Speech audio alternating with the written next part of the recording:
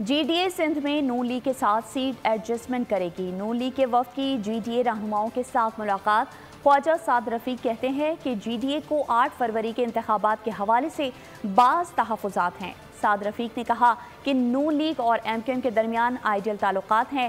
سندھ کو بنیادی حقوق سے محروم رکھا جا رہا ہے۔ جی ڈی اے رہنما صدر الدین نے بتایا کہ جی ڈی اے کی 4 جماعتوں سے سیٹ ایڈجسٹمنٹ ہوگی، مل کر الیکشن لڑیں گے۔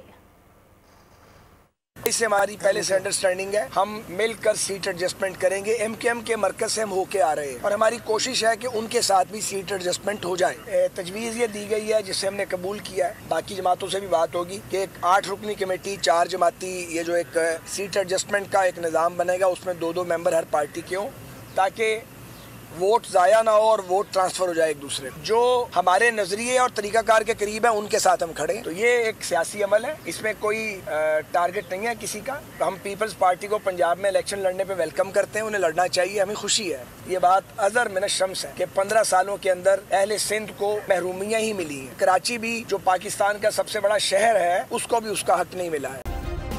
سبسکرائب کریں اور بیل دبائیں تاکہ کوئی خبر رہ نہ جائے۔